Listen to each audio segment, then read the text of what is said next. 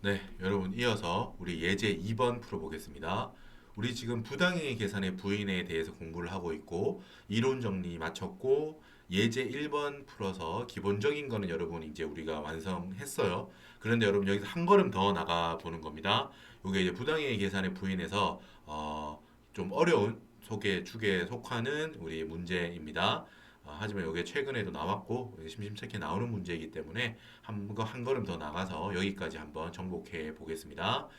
자, 이제 예제 2번이고 여기 부당행위 계산의 부인이고요. 당연히 그 카테고리 중에서 여러분 지금 우리가 부당행위 계산의 부인은 카테고리가 여러 가지가 있는데 주로 나오는 세 개가 고가 매입, 비싸게 샀거나 저가 양도, 싸게 팔았거나 우리가 절이 되어 요건 이제 가지금 인정 이자 쪽하고 연결된다 그랬죠. 이자를 낮게 받고 빌려줬거나 돈을.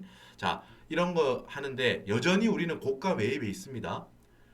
그 고가 매입 안에서 좀 더 어려운 문제를 보겠다는 거예요. 자산을 특수관계인으로부터 사왔는데 우리가 앞에 103페이지 예제 1번 같은 경우는 여러분 주식을 사왔죠. 뭐 주식을 사거나 토지를 사는 거 요게 여러분 뭐라 기본적인 난도예요. 감가상각을 하지 않는 자산이라는 특징이죠. 그죠? 금융자산이나 우리 그 토지도 비상각 자산이라고 합니다. 비상각 자산인 기본적인 우리가 비상각 자산이 나오면 기본적인 문제예요. 근데 여기 104페이지 우리 예제 2번은 여러분 제목이 뭐다? 감가상각 자산의 고가 매입이에요. 그러니까 고가 매입입니다. 자산을 비싸게 사온 경우인데 그 자산의 종류가 감가상각 대상이라는 거지. 그러니까 우리가 쉽게 말해서 뭐 건물, 기계 이런 거 있죠. 대표적인 유형자산의 대표적인 뭐 건물이나 기계, 감가상각 자산이라는 거지.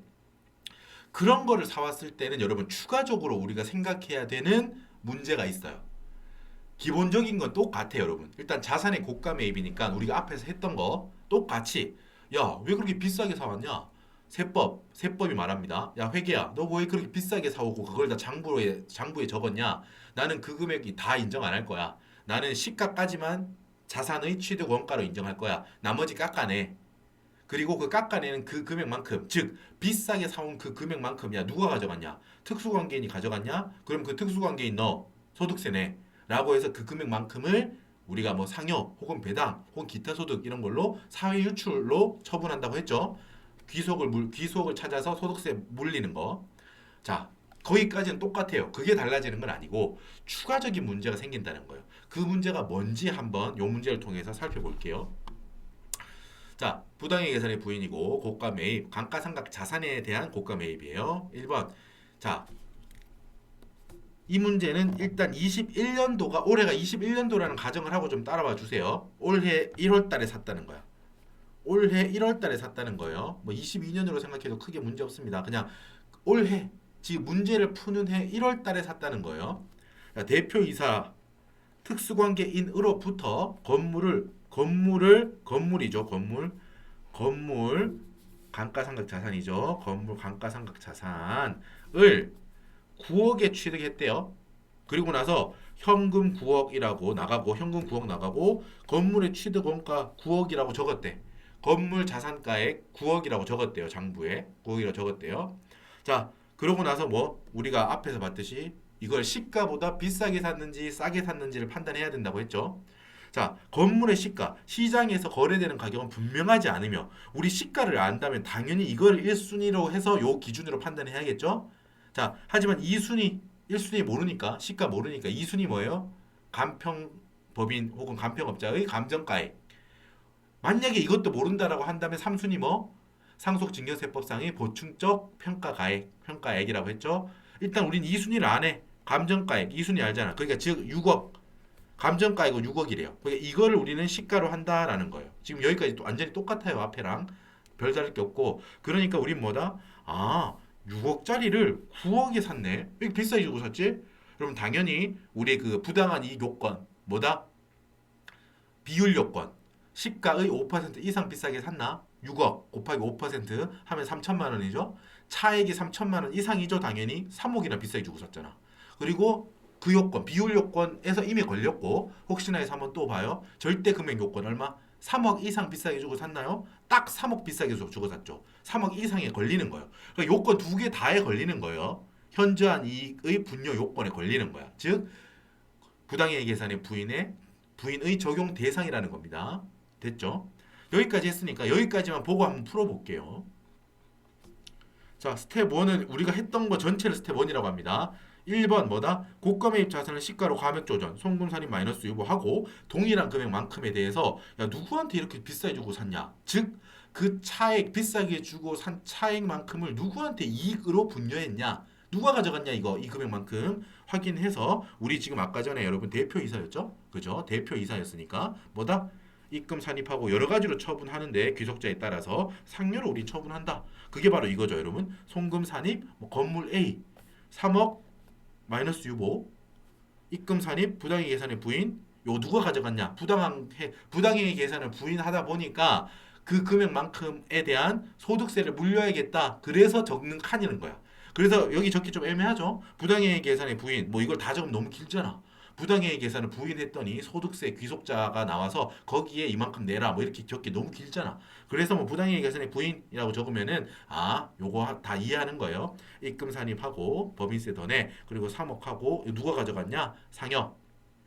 상여로 대표이사니까. 야, 여러분 여기까지는 똑같아요. 감가상각 자산이든 비상각 자산이든 똑같은데 이제부터가 이제 난도가 올라가는 거예요. 여기까지는 해요. 자, 그러니까 만약에 내가 삼각자산, 비삼각자산을 구별해서 공부 못했더라도 여기까지는 할 수 있잖아. 삼각자산에 대해서 공부를 안 했더라도 여기까지는 할 수 있죠. 자, 그러고 나서 이제 추가적인 학습입니다. 여기부터 이제 조금 추가적인 거예요. 보세요. 자, 여러분 우리가 지금 하는 거는 건물이지. 우리가 사온 자산은 건물이고 매년 감가상각을 하는 자산이죠. 그렇기 때문에 한 가지 이슈가 생겨. 회계는 여러분 지금 이 9억을 기준으로 감가상각을 할 거 아니야. 맞죠? 회계는 9억짜리 자산이라고 생각하고 감가상각을 해 나가겠죠. 그죠? 하지만 세법은 이걸 6억으로 판단하고 감가상각을 앞으로 해갈 거야. 이 6억이 소멸되는 과정을 세법으로 표현할 거라고. 그러니까 우리가 감가상각 시부인 있죠? 그래서 감가상각 시부인 회사는 예를 들면 이만큼 감가상각을 하려고 하는데 세법상 한도는 이만큼밖에 안 되니까 그 차이만큼을 송금불산이 감가상각비 한도초가 얼마 플러스 유보 뭐 이런 식으로 처리하잖아. 기본적인 감가상각이. 감가상각에 대해서 아직까지 공부를 아직 안 하신 분이 있다면 감가상각 자체로도 매우 중요한 주제예요.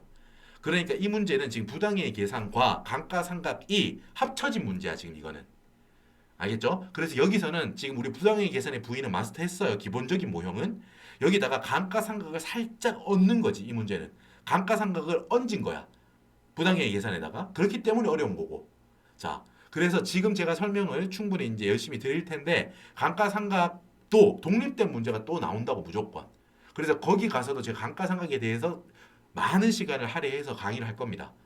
자, 그래서 혹시나 지금부터 강의하는 게 조금 이해가 안 되신다라고 하시는 분들은 지금 요 강의 부당이익 계산 부인 기본 모형 여기까지 듣고 지금부터 말하는 부분에 대해서는 감가상각비까지 듣고 공부하시고 오셔가지고 여기를 다시 들으면은 조금 더 이해가 더 잘 될 수 있습니다. 물론 저는 지금 감가상각에 대한 기본적인 것만 아신다는 가정을 하고 지금 더 이해시켜 드리려고 한번 정리해 볼게요. 자, 그렇죠? 감가상각을 아까 하던 말 계속하면 회사는 9억을 기준으로 감가상각을 해요. 세법은 애초에 9억으로 보지를 않아.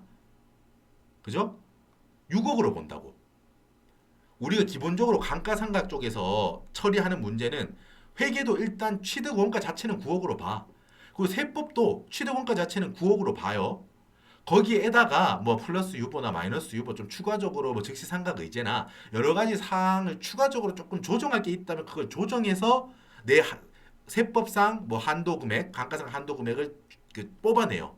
취득 원가 자체에 대해서는 9억을 보고 추가적인 조정을 조금만 더 한다. 이게 원래 세법상 감가상각에서의 이야기야. 근데 여러분 지금 여기서는 이슈가 뭐냐면 애초에 이 금액에 대해서 동의하지 않잖아. 세법이. 9억이 있고 오케이 9억 동의해 세법이 회계한테 나도 9억 동의해 근데 조금 추가할 거 있어 나는 뭐 즉시상각 의제라든가 여러 가지 조금 뭐 추가로 해서 조금만 조정할게 그게 기본적인 감가상각인데 여기서는 아예 그 감가상각에서의 기본 전제가 틀어지고 있는 거야 뭐냐면 야 난 9억으로 안 봐 누구 맘대로 9억이야 부당한 거잖아 부당이익 계산이니까 이거 3억 깎아낼 거야 나는 6억으로 볼 거야 6억으로 6억을 기준으로 6억을 베이스로 나는 감가상각도 추진해 갈 거야라고 할 거거든요. 그러니까 갭이 생겨버리는 거예요. 회계가 베이스로 하고 있는 시작점으로 잡고 있는 취득원가랑 세법이 베이스로 잡고 있는 취득원가가 아예 틀어지는 거야. 그렇기 때문에 여기에 대한 차이를 일단 조정하고 감가상각을 시부인을 해야 된다는 거예요. 여러분 지금 말만 들으면 당연히 못 알아들어요. 약간 정신 없으시죠?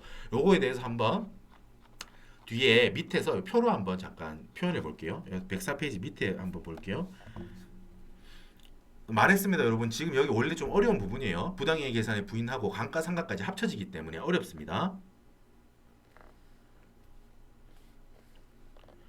여러분 이게 건물이죠.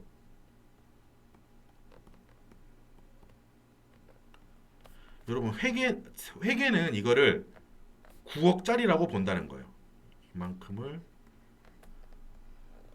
9억이라고 본다는 거죠. 자, 그러고 나서 잠깐 따라와 보세요. 문제를 숫자를 통해서 이해를 해야 돼요. 자, 당기 회사가 계상한 건물의 감가상각비는 4,500만 원이래요. 자, 보셨죠? 4,500만 원이래. 9억 주고 사서 회사는 1년이 지나고 나서 감가상각비를 4,500만 원을 계상했대요. 그러니까 뭐다? 이 9억 중에 여러분 20분의 1이죠. 맞지? 그러니까 미로 추측컨대 회사는 이거를 정액법으로 잔존가액을 0으로 해서 20년 정액법으로 감가상각했겠죠? 그죠? 그럴 확률이 매우 높죠. 그래서 20분의 1이 날라간 거야. 900 마이너스 0. 9억 마이너스 0. 잔존가치 없고 0 곱하기 정액법 20년. 20분의 1. 이렇게 한 거지. 그래서 45만큼을 여기 보세요. 이렇게. 여기 지금 빗금 친 부분 있죠? 이걸 20분의 1이라고 봐주세요. 20분의 1이야. 이만큼이 검정색. 회사가 계상한 DEP. 감가상각비예요. 감가상각비. 이게 45야. 4,500만 원이라고. 이만큼을 날려보낸 거예요. 우리 감가상각이 우리가 뭐 감가상각 누계획 이렇게 이제 표현해서 여러 가지로 차감한 형식으로 유형자산을 달고 다니잖아. 유형자산 밑에 감가상각 누계획을 달고 다니지만 즉 뭐야? 취득원가 909억이었는데 4,500만 원만큼이 날라갔죠. 그래서 장부 금액이 지금 얼마예요? 남아 있는 게 8억 5,500이라는 뜻이죠. 이게 지금 X 1년도 말에 장부 금액이 원래 취득원가는 9억이었는데 이번에 감가상각비 1년치니까 감가상각 누계획 똑같죠? 1년 천년 차니까 장부 금액은 8억 5,500인 상황이라는 거야. 자, 그런데 세법은 여러분 이런 거예요. 야, 나는 좀 생각이 다른데. 아무튼 너는 그렇게 일단 했다는 거지, 회계야. 나는 이 생각이 좀 달라, 너랑. 난 이렇게 생각해, 회계야. 회계야. 나는 이게 파란색 보세요, 4번. X 1년도 1월 1일에 지금 파란색 보이죠? 6억이죠, 6억. 6억. 야, 나는 세법. 파란색은 세법입니다. 다시 한번. 까만색은 회계고 까만색은 회계고요. 파란색이 지금 파란색이 세법의 입장입니다. 파란색이. 자, 나는 입장이 이래. 나는 6억이라고 생각해. 자, 그리고 세법은 6억에서 시작하는 거예요. 그리고 정액법 똑같이 20년이라고 할게. 회법, 세법도 잔존 가치는 0이야. 잔존 가치는 0이고 세법 01년 DP 볼 때 자, 6억이고 잔존 가치는 없어요. 그리고 20년이니까 20분의 1 3천만 원만큼만 X 1년도 감가상각비라고 나는 생각해. 어디요? 여러분 이 전체 까망 빛깔 중에서 요 밑에 파랑에 해당하는 여기 이 부분 있죠. 이 부분. 또 파란색으로 한 번 더 칠하죠. 여기. 여기. 이게 3천만 원. 나는 세법이 계속 말하는 거야. 나는 이만큼만이 X 1년도 감가상각비라고 생각을 한단다. 그래서 자, 나는 이 3천만 원에 대해서만 감가상각 시분을 해야 된다고 생각해. 그게 무슨 말이에요? 여러분 잘 들으세요. 세법이 이 3천만 원을 전부 다 감가상각비로 무조건 다 인정해 주겠다 이 말이 아니에요. 무슨 말이냐면 세법은 이 3천만 원만큼이 감가상각비 시부인을 받을 자격이 있는 금액이라고 생각한다고요. 이거를.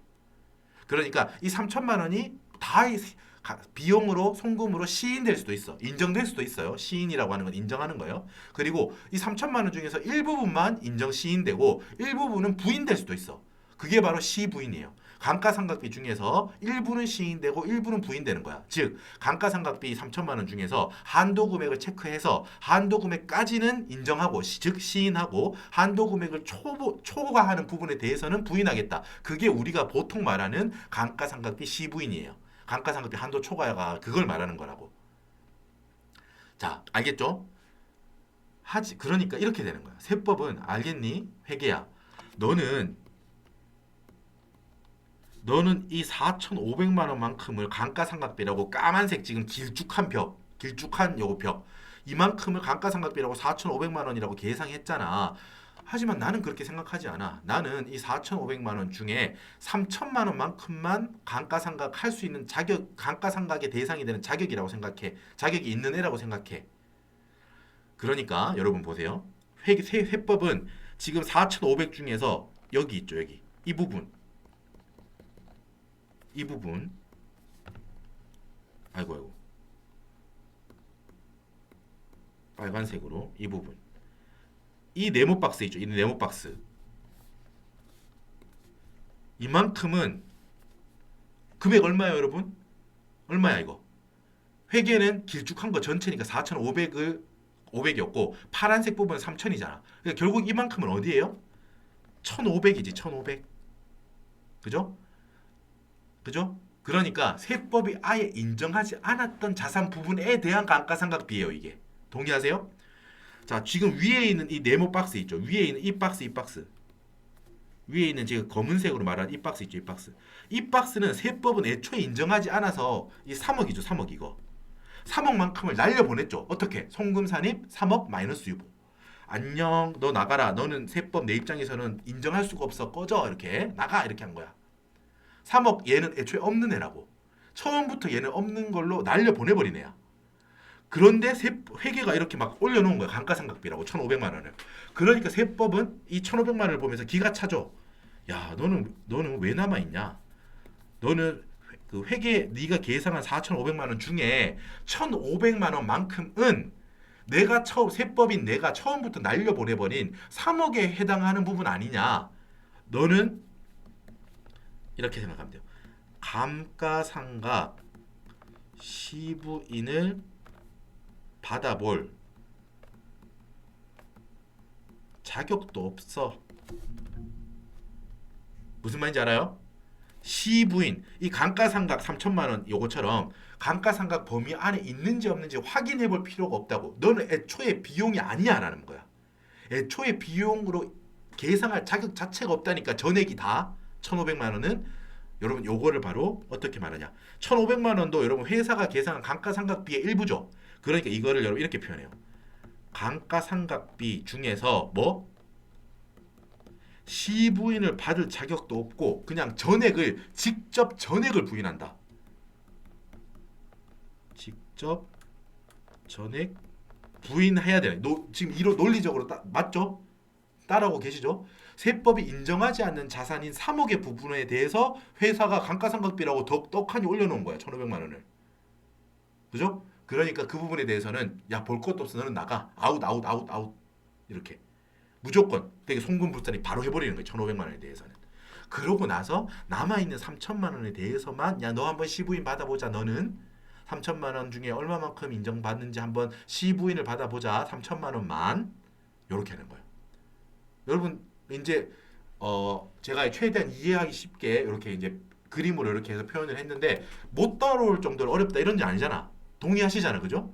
그렇구나. 세법은 9억이 아니라 6억에 대해서만 자산으로 인정하고 있으니까 회계가 계속 9억을 기준으로 감가상각을 하고 있다면은 3억 세법이 인정하지 않는 3억에 해당하는 감가상각비에 대해서는 애초에 시부인할 게 아니고 전부 다 날려버려야 돼. 전부 다 송금으로 인정하지 않고 송금 불산입해서 직접 부인해야겠구나, 얘는. 그러고 나서 순수하게 세법이 인정하는 6억에 해당하는 감가상각비 3천만 원에 대해서만 시부인해서 인정하든 부인하든 해야겠구나. 방금 말한 말 있죠. 요것만 잘 이해를 하시면 돼요. 요걸 한번 풀어볼게요. 자, 이제 아까 요 풀이에서 스텝 2 있죠? 요게 감가상각에 관해서 정리한 거예요. 자, 여러분 제가 이 스텝 2 안에서도 이렇게 나눴습니다. 둘. 첫 번째, 뭐? 자산 감액분 상각비를 직부인한다는 거야. 이제 여러분 이 귀에 들리세요? 지금 9억을 6억으로 감액했죠. 그러니까 자산 감액분은 여러분 3억이야, 3억. 맞죠? 자산 감액을 얼마나 했냐고. 송금 산입 3억 했잖아, 위에. 송금 산입 자산 3억 마이너스 유보. 자산 감액을 3억을 했죠. 그러니까 이 3억에 해당하는 자산 감액분에 해당하는 상각비를 찾아서 이거는 시부인 대상 할 것도 없고 너는 무조건 나가. 너는 직접 전액 부인해.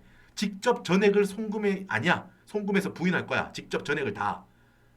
지금 약간 너무 제가 톤이 올라갔네요. 이러다가 강의하다가 쓰러질 수도 있기 때문에 잠깐 톤을 낮추겠습니다. 잠깐만요. 침착하자. 자, 침착합시다. 자, 됐어요. 따라오세요. 자, 해보겠습니다. 자, 여러분 회사 계상 상각비는 전체가 4억 5천만 원이에요. 아까 전에 옆에서 긴 기둥 맞죠? 긴 기둥 전체 기둥 이 밑에서 처음에 했던 여기 긴 기둥 이거 지금 화면에 잘 안 보이지 겹쳐서 잘 안 보이시겠지만 이 전체 부분 이게 4,500이죠. 이 중에서 빨간색 부분만 덜어내야 되잖아. 덜어내서 너는 나가 이렇게 해야 되잖아. 너는 전액 다 나가 이거잖아.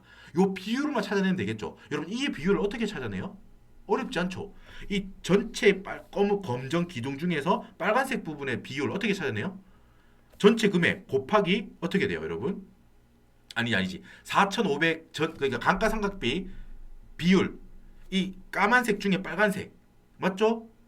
전체 까만색 중에 빨간색 비율로 따지자면 9억 중에 3억이지.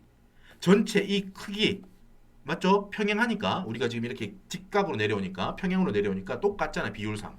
이 전체 박스 금액이 얼만데? 9억이죠. 이 위에 부인되는 박스가 얼만데? 3억이죠.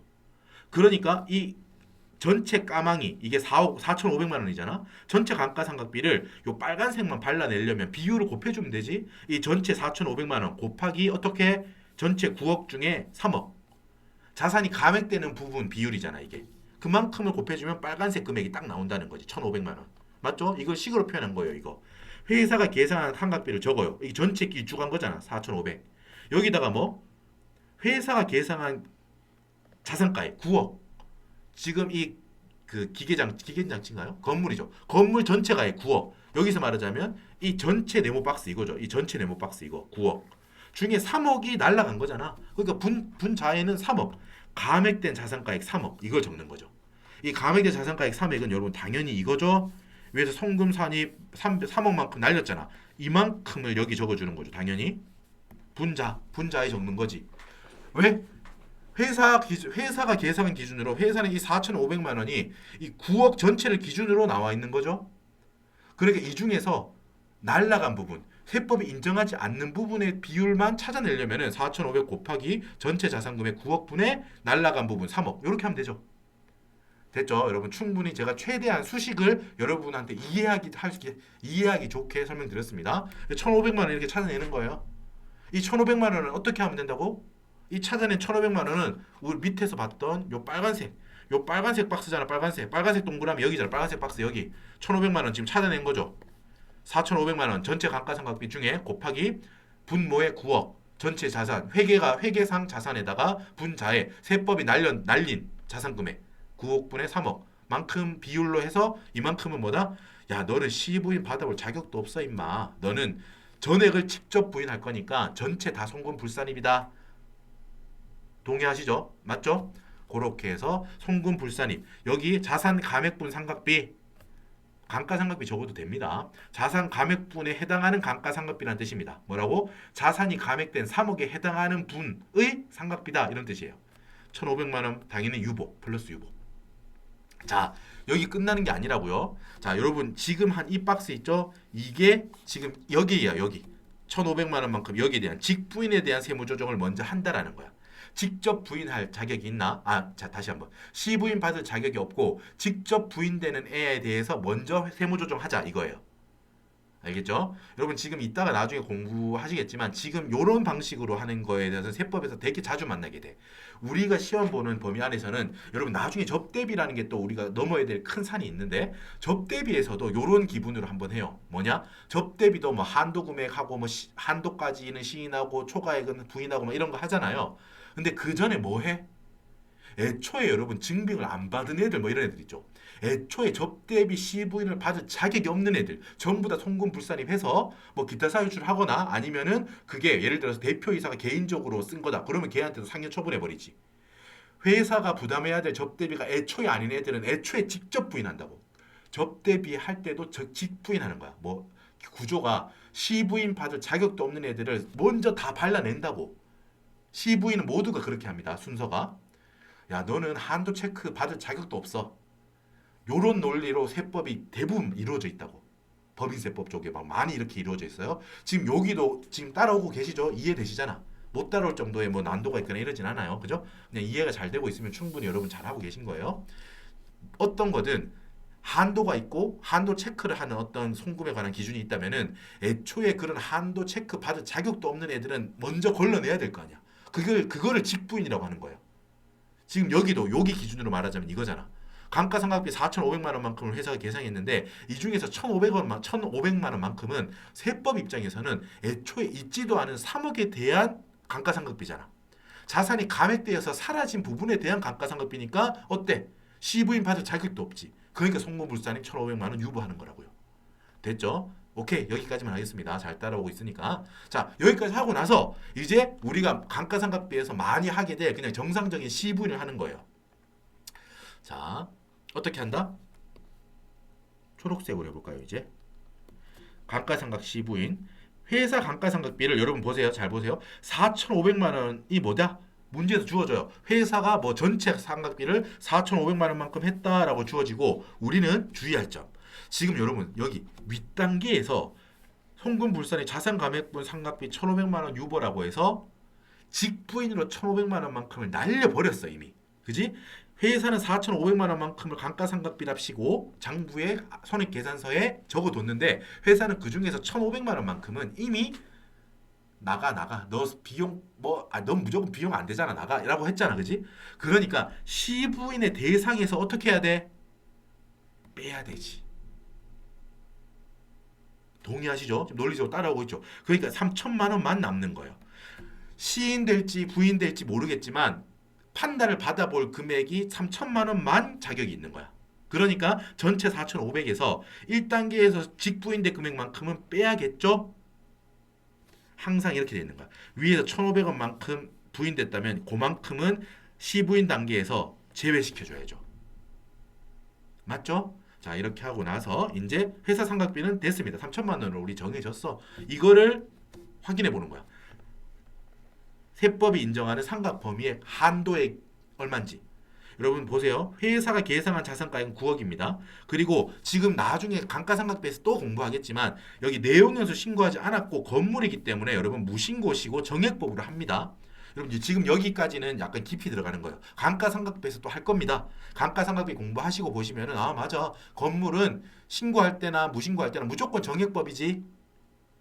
예, 그렇습니다. 기계로 대표되는 일반적인 유형자산은 신고할 때는 정액법이나 정률법 중에서 선택할 수 있지만 무신고했다면 무조건 정률법이지. 암기해야 되는 거예요. 지금 말하는 거는 건물이니까 신고를 했든 안 했든 정액법밖에 안 되지. 그리고 기준 내용에서 20년이에요. 그러니까 20분의 1로 하는 거야. 그죠? 그러니까 여기 끝에 20분의 1은 알겠어. 그죠? 회사는 9억이라고 생각하고 20분의 1입니다. 하지만 중요한 건 뭐? 세법은 아까 말했잖아요. 이 밑에는 전체 박스 9억을 자산이라고 인정하지 않아. 이 밑에 있는 파란 부분, 이 파란 밑에 있는 네모난 부분 6억만 세법상 자산으로 인정하고 그래서 그 중에 있는 요 파란 부분만 3천만 원만을 단기 감가상각비로 본다. 지금 그거를 식으로 표현하고 있는 거잖아요. 그죠? 그러니까 어때요? 9억에서 3억을 빼야죠. 감액된 자산 부분은 당연히 빼는 거예요. 이 3억만큼은 날라갔잖아. 까만 부분 날라갔잖아요. 그죠? 그러니까 3억만큼은 빼. 6억 곱하기 20분의 1 해서 3천만 원이 한도액이 되는 거예요. 그런데 보세요. 회사 상각비도 3천만 원, 상각 범위액도 3천만 원이니까 세무조정이 추가적으로 안 나오는 거예요. 맞죠? 이거 교수님께서 뭐 약간은 세팅하신 거야. C부인에서는 초과액이 안 나오게. 그냥 직부인에 대해서 직부인 요분 1,500만 원을 직부인하는 거에 대해서만 제대로 했다면은 아주 이것만으로도 훌륭하다. C부인을 만약에 할 줄 몰랐더라도 모르면 못했겠죠. 그럼 모르면 못했을 텐데 그래도 훌륭하다. 직부인 1,500만 원 플러스 유보만 해도 아주 훌륭합니다라고 했다는 거예요. 하지만 정확하게는 당연히 밑에 C부인도 거치는 거고 C부인을 거쳤더니 세무조정이 안 나온다라는 거야. 한도 금액만큼 딱 지금 3천만 원만큼을 그 세법상 감가상각비가 이제 계산한 걸로 보니까 자 여러분 이렇게 해가지고 정리할 거고 여러분 쉽지 않죠 그죠? 처음 하시는 분들 당연히 쉽지 않습니다. 어떻게 하자? 여러분 부당이익 계산의 부인에서 감가상각비까지 엮어가지고 이렇게 감가상각 자산에 대한 고가 매입이 나오는 거는 그렇게 흔한 경우는 아닙니다. 뭐 그렇다고 우리가 뭐 안 나오니까 안 해도 된다 이 정도는 당연히 아니고 여유가 된다면 당연히 해야 되는 수준인데 깊이 있는 거예요. 그러니까 여러분 일단 부당이익 계산의 부인 초심자분들은 부당이익 계산의 부인 기본 모형 있죠? 거기까지 하세요. 그리고 감가상각 자산 가면 거기도 어려워. 감가상각비 거기도 어려워. 그것도 독립된 파트로서 공부를 열심히 하시고 좀 약간 내가 숙련이 됐다라고 할 때 요 예제 2번을 한번 도전해 보세요. 알겠죠? 제가 여러분 충분히 이해가 되게 그래도 나름 최대한 이해시켜 드리려고 노력해서 여기 밑에 사례도 들고 이렇게 막 이해시켜 드리려고 한 거예요. 조금 더 공부 지금 이해가 되셨으면 너무 좋은 일이고 이게 이해가 조금 안 되신다면은 감가상각비까지 하고 오시면은 조금 더 수월할 겁니다. 이해하기가. 되셨죠? 그렇게 하자는 거예요.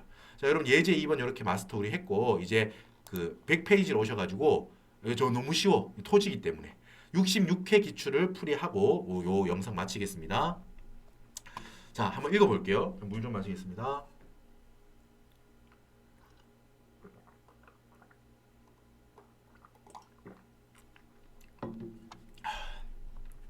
자, 주식회사 제주는 해당 법인의 대표자, 특수관계인이죠. 대표자가 보유하던 토지 B를 1억 8천만 원에 취득하고 당과 같이 회계처리했다. 취득 당시 당해 토지의 개별 공시지가는 1억 2천만 원이고 감정평가액은 1억 3천만 원이다. 22년 12월 21일에 샀네요. 토지 B 1억 8천, 현금 1억 8천 이렇게 샀는데 딱 보는 순간 여러분 뭐다? 아, 시가를 판단해야겠다라는 생각을 했죠. 이 둘 중에 뭐가 시가일까? 첫 번째 1번 시가라고 딱 나오면 그냥 그 시가를 쓰는 게 1순위죠. 그죠? 2순위는 뭐다? 감정평가액이 2순위고 3순위가 뭐다? 상속증여세법상 보충적 평가액이다. 그리고 토지는 상속증여세법상 보충적 평가액을 뭘로 한다? 개별 공시지가로 한다. 맞죠? 이론 정리 다시 한번 밑에 보세요. 여기 보세요. 맞죠? 토지는 상증세법상 보충적 평가 방법을 개별 공시지가로 한다. 3순위다. 자, 그래서 2순위, 3순위인데 여러분 그러니까 공부를 할 때 정확하게 해야 된다는 거야. 여러분 문제가 주어질 때 이 교수님께서 다 살짝 페이크를 주신 거야. 뭐냐면 보통 여러분 감정평가액이 앞에 나와 있는 경우가 많아. 무슨 말인지 알아요? 약간 말하면서 어떻게 보면 약간 어이가 웃긴 내 스스로. 여러분 감정평가액이 앞에 보통 많이 주어지고 그 뒤에 개별 공시지가가 주어지는 경우가 많아. 뭐 약속한 건 없지만 그냥 그런 경우가 많기 때문에 수험생 입장에서 공부 그냥 하다 보면 정확하게 안 외우고 하다 보면 왠지 느낌상 이렇게 뭔가 두 개 주어지면 앞에 있는 건가 이렇게 착각할 수 있잖아요. 공부를 그러니까 띄엄띄엄 하는 경우에 그러면 안 되겠지만 그죠? 그저 그러면 안 되게 띄엄띄엄 하면 안 되겠지만 이렇게 그 정확하게 공부하지 않고 기출 문제 보다가 그냥 뭔가 앞에 있는 숫자인가 이렇게 되게 그냥 띄엄띄엄 공부한 경우는 이거 1억 2천만 원으로 받겠죠 시가를 맞죠? 기존 기출도 보면 감평가액이 앞에 주어지고 그 개별 공시지가가 뒤에 주어지는 경우가 많았어요 주어질 때 그래서 교수님께서는 이번에는 살짝 그냥 이제 그 속임수를 넣으신 거예요. 우리는 당하지 않는다라는 거예요. 그죠? 이 정도는 교수님 제가 알고 있습니다. 감평가액이 2순위고 개별 공시지가 즉 상속증여세법상 보충적 평가액이 3순위인 거 저 알아요 교수님. 1억 3천만 원이 시가입니다. 대체 시가로 1억 3천만 원을 보겠다는 거죠 교수님. 저 알고 있습니다. 라고 해야 정상입니다. 1억 2천만 원으로 풀면은 틀리는 거예요. 물론 금액은 틀리겠지만 뭐 세무조정 그 자체 그 뭐 송금산이 마이너스 뭐 이런 것만 돼도 부분 점수 좀 받을 수 있어요. 하지만 우리는 정확하게 풀자라는 거야. 이 정도는 정확하게 풀 수 있다 우리가. 시가 적용 2순위 감평가액이다. 1억 3천만 원이 시가라는 거야. 그런데 여러분 1억 8천에 샀죠? 그러니까 판단하는구나. 이거 고가 매입이네. 부당이익 계산의 부인 적용해야겠구나. 특수관계인이네. 대표자 이것도 판단하셔야 돼. 항상 제 3자하고의 거래라면 여러분 제가 아까 이론 정리 초반에 얘기했던 뭐 의제 기부금인지도 따져봐야 돼요. 하지만 여기 특수관계니까 부당행위 계산의 부인이다라는 거야. 뭐 특수관계인과의 거래니까 의제 기부금일 여지는 이제 없어진 거야. 부당행위 계산의 부인인지만 판단하면 되는 거예요. 나중에 의제 기부금 공부할 때 그때는 대표자하고 거래가 아니고 그냥 제3자하고 거래를 가지고 올 건데 그때 또 한번 비교해서 말씀드릴게요. 알겠죠? 자, 이제 정리됐어. 시가는 1억 3천만 원이고 1억 8천만 원의 특수관계자로부터 산 고가 매입의 부당이익 계산의 부인이야. 우린 이걸 부인할 거야. 부당이익 계산을 부인할 거야. 자, 회계는 이렇게 했다는 거죠. 대변에 현금 1억 8천만 원 나갔다. 사라졌다. 자산. 차변에 토지라는 자산이 1억 8천만 원 생겼다라고 했는데 세법은 다르다고 했지. 세법은 야 나는 입장이 다른데 난 이렇게 봐. 위에 게 장부고 세법은 어떻게 본다고? 나는 토지비를 1억 3천만 원으로 볼 거야. 글씨를 원래 너무 못 썼네. 다시 한번 1억 3천만 원 이고 자 현금 1억 3천만 원 지급한 것에 대해서만 토지의 취득원가로 볼 거야. 그리고 나서 결국은 나 현금 5천만 원 더 줬지 이거.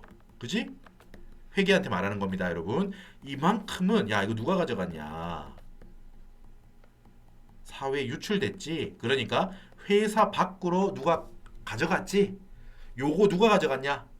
그거에 대해서는 소득세 물릴 거야. 요렇게 처리하면 된다고.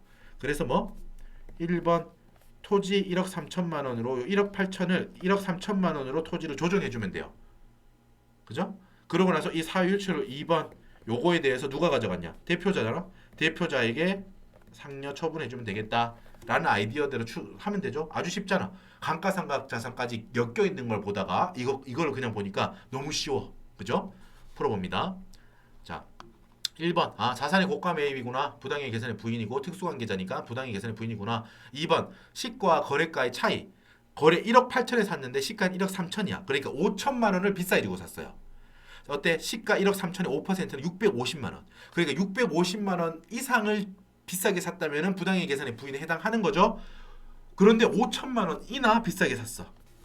그러니까 현저한 이익으로 봐서 어때? 부당이익 계산의 부인이 적용이 됩니다. 이게 비율 요건에서 이미 걸린 거죠. 그죠? 절대 금액 3억 차이는 나지 않지. 3억 이상은 아니지만 비율 요건에 걸려가지고 부당이익 계산의 부인이 되는 거예요. 그리고 아까 우리 얘기했지만 우리끼리만 하는 얘기라고 했죠. 뭐? 요 현저한 이익의 분요 요건은 어떨 거라고? 만족했을 거라고요. 그러니까 이렇게 현저한 이익 요건을 체크해 봤다는 거를 여러분들이 시험지에 남길 칸도 없다고 했죠. 그러니까 여러분들이 그냥 부당이익 계산의 부인할 때는 열의 9, 백의 99이라면은 뭐다? 고가 매입이라면은 뭐 부당행위 계산에서 해당될 거라고. 부당행위 계산에 해당될 거예요. 즉 현저한 이익의 분요 요건을 충족했을 겁니다. 이건 우리끼리 하는 얘기예요. 어디 가서 야 뭐 그냥 보지도 않고 충족했겠지. 그건 정말로 그렇게 말하면 안 되고 그냥 우리끼리 하는 걸로. 시간도 없고 실제로 부당행위 계산 할 때 그 현저한 이익 요건에 대해 체크를 했는지 안 했는지 적는 칸 자체도 없기 때문에 그냥 충족했겠지, 부당하겠지라고 생각하면 될 것 같아요.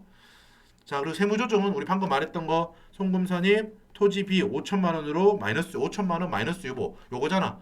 회사는 1억 8천으로 봤지만 우리 1억 3천만 원으로 보니까 5천만 원만큼 깎아내. 요게 1번. 그리고 2번. 야, 이 5천만 원 누가 가져갔냐? 대표자냐? 대표이사 너 소득세 더 내. 상여로 처분할 거야. 입금산입, 부당이익 계산의 부인 5천만 원 상여. 요렇게 2개 적어준다는 거. 이중 세무 조정을 해야 된다는 거. 자, 그리고 여러분 차감 조정 하나, 가산 조정 하나 나왔죠? 요거 답에 적으면 되는 거예요. 쉽죠? 답에 적읍시다. 105페이지 오세요. 자, 소득금액 조정 합계표입니다. 소득금액 조정 합계표에서 자, 일단 순서대로 우리 풀이했던 순서대로 그냥 적을까요? 송금 산입 및 입금 불산입 차감 조정 칸이죠. 차감 조정 칸에 빨간색으로 제가 말했듯이 문항이 지나고 나면 지난 문항들은 까만색으로 바뀌어 있습니다. 풀이하고 있는 문항에 대한 정답만 빨간색이에요. 지금 이 문항에 대한 정답만 빨간색입니다. 토지비 5천만 원 마이너스 유보. 오케이. 그리고 하나 더 입금 산입 그러니까 가산 조정 뭐다? 부당이익 계산의 부인 5천만 원 상여. 소득세 내라 대표자야. 5천만 원 이득 받네. 요렇게 요 두 개 하는 거. 이중 세무 조정. 이중 세무 조정이라는 거예요. 되셨죠? 자, 여러분 우리가 부당이익 계산 부인 이 정도면 완벽해요. 우리 했을 때. 자, 말씀드렸듯이 부당이익 계산에 대한 기본적인 이론 정리부터 기본적인 예제 1번, 그리고 좀 어려운 예제 2번. 예제 2번 어렵다고 해도 뭐 얼토당토 않을 정도로 접근 불가능할 정도로 어렵진 않았죠, 여러분. 이해할 수 있을 거라 믿습니다, 여러분. 저도 최선을 다해서 여러분 이해시켜 드리려고 최선을 다해서 노력했고 여러분들 이해했을 거라 믿어요. 하지만 좀 어렵긴 어렵다는 거. 자, 됐고 그래서 실전 문제 풀이까지 66개 기출 풀이까지 했습니다. 이렇게 해서 우리 부당이익 계산의 부인에 대해서는 우리 조사요원 시험 한정적으로 합격할 만큼 공부를 하셨다고 보시면 될 것 같습니다. 자, 여러분 수고 많으셨고 잠깐 쉬셨다가 다음 영상에서 찾아뵙겠습니다. 수고하셨습니다. 감사합니다.